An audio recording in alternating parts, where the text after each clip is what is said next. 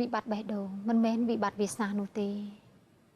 វិបត្តិបេះដូងគ្រាន់តែជារដូវកាលនៃវិបដិសារីដ៏ខ្លីមួយដែលវានឹងបញ្ចប់ទៅវិញជាមួយនឹងភាពនឿយណាយនៃរយៈពេល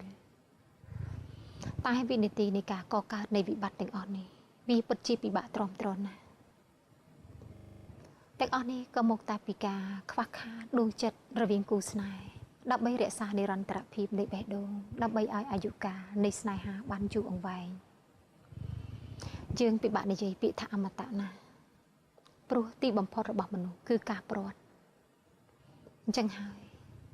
ពេលដែលរស់នៅជាមួយគ្នាត្រូវតែសាងអនុស្សាវរីយ៍ដែលល្អល្អដើម្បីពេលដែលឃ្លាតទៅនៅរលឹកនឹកគ្នាកុំឲ្យដោយពាក្យមួយដែលគេនិយាយថាបះព្រាត់ហើយសុំកុំឲ្យជួបដូច្នេះជាបន្តនេះសូមលោកអ្នករីករាយស្ដាប់និងទស្សនានៅសំនៀងរបស់លោកតាស៊ិនស៊ីសមុទ្រតាមរយៈបទឈប់និយាយពីរឿងស្នេហ៍ដូចតទៅ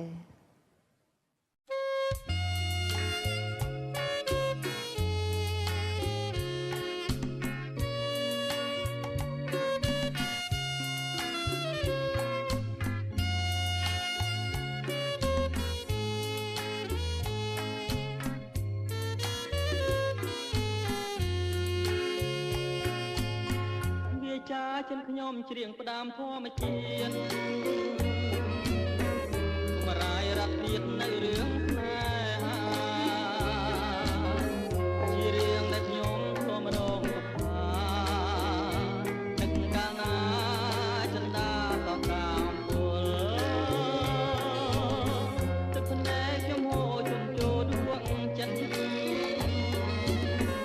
ត្តណាវិបាករែងគិតមិន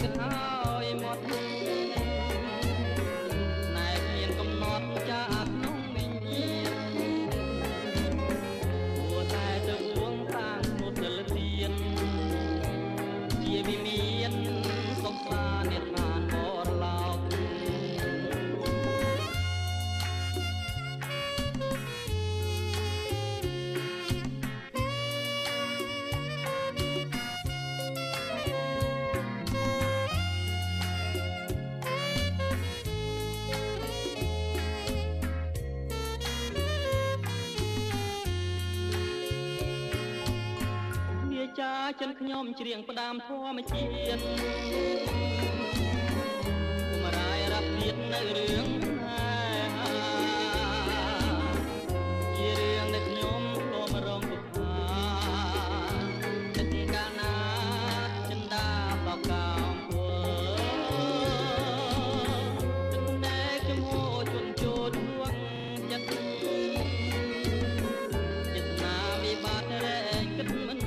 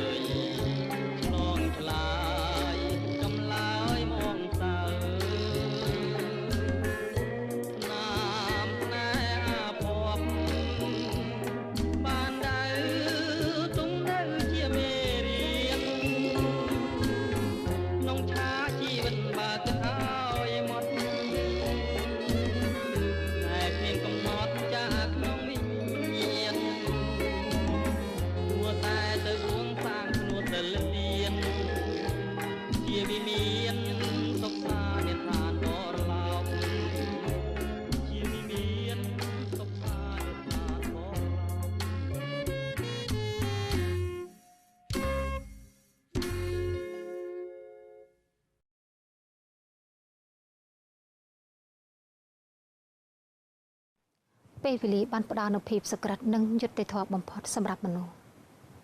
តែគឺមនុស្សទៅវិញទេដែលមិនបានផ្ដល់នូវភាពយុត្តិធម៌ចំពោះខ្លួនឯងនិងអ្នកដែលនៅជុំវិញហើយវិបត្តិជាច្រើនវានឹងកើតឡើងជាបន្តបន្ទាប់ពិបាកនឹងដោះស្រាយសាសនាគឺជារមណីយដ្ឋាននៃសេចក្តីស្ងប់សុខមិនមែនជាជំរកសម្រាប់អ្នកដែលរងរបួសដោយសារស្នេហានោះឡើយ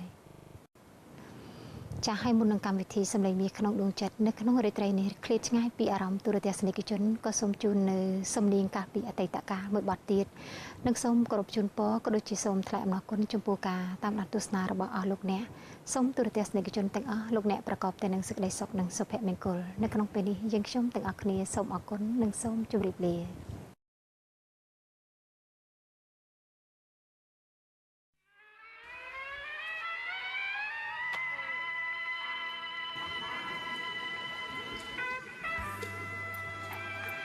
យើងបែកគ្នាទៅពួកអីយើងនៅជាមួយគ្នាអត់ចុះស៊ីជុំស៊ីទៅអូនសន្យាមិនឲ្យពួកយើងឈ្លោះគ្នាទៀតទេហើយសុំទៅបងទីអូនមានប្រមាណភាសាអូនអាចទទួលយកបានទេតែអត់តែទៅ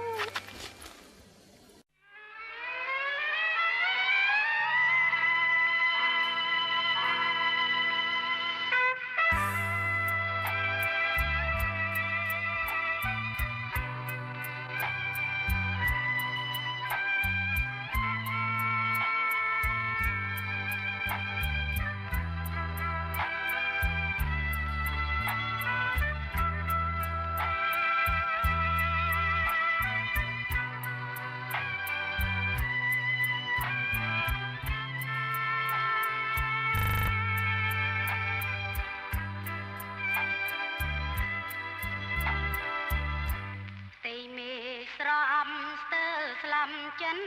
តាគុញធំ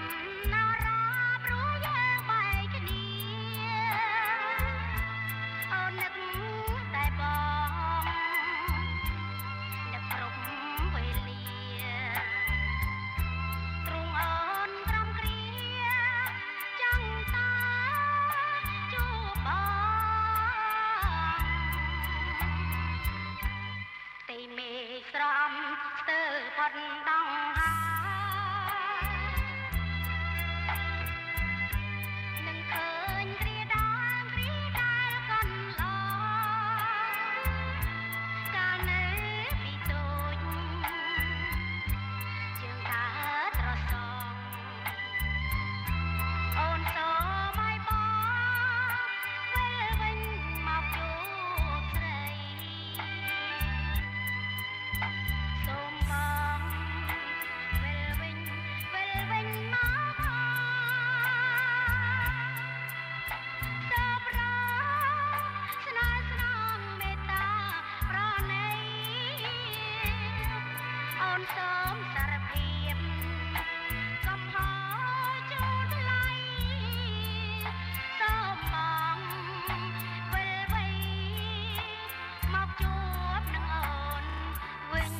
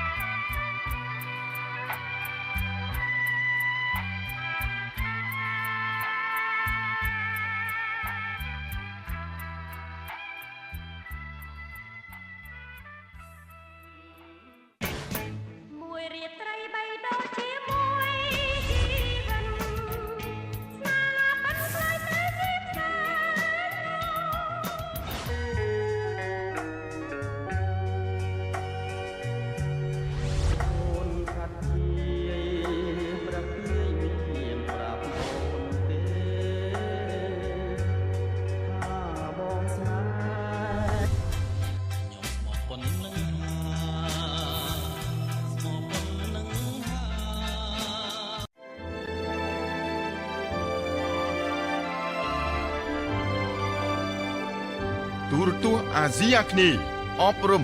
វប្បធម៌ព័ត៌មាន ដើម្បីអភិរក្សនៅបទចម្រៀងនិងសំនៀងរបស់បុព្វបុរសខ្មែរ កំព្រៀងអនុស្សាវរីយ៍តែមិនឈឺទេថែមទៀតមកថា100កំព្រៀងក៏បាន និងដើម្បីលើកស្ទួយនៃតម្លៃដូរតន្ត្រី ប្រគល់បែជាទទួលកង្វល់ក្នុងចិត្ត តាមរយៈបទចម្រៀងនិងសំនៀងឯក ឆ្ងាយគ្នាអាណែកតែក៏មានណាស្ងួន ឲ្យស្គាល់ពីកិត្យានុភាពនៃអតីតកាល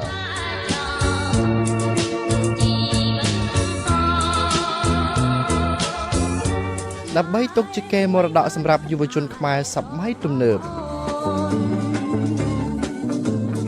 រំពួនបោឡឡចំ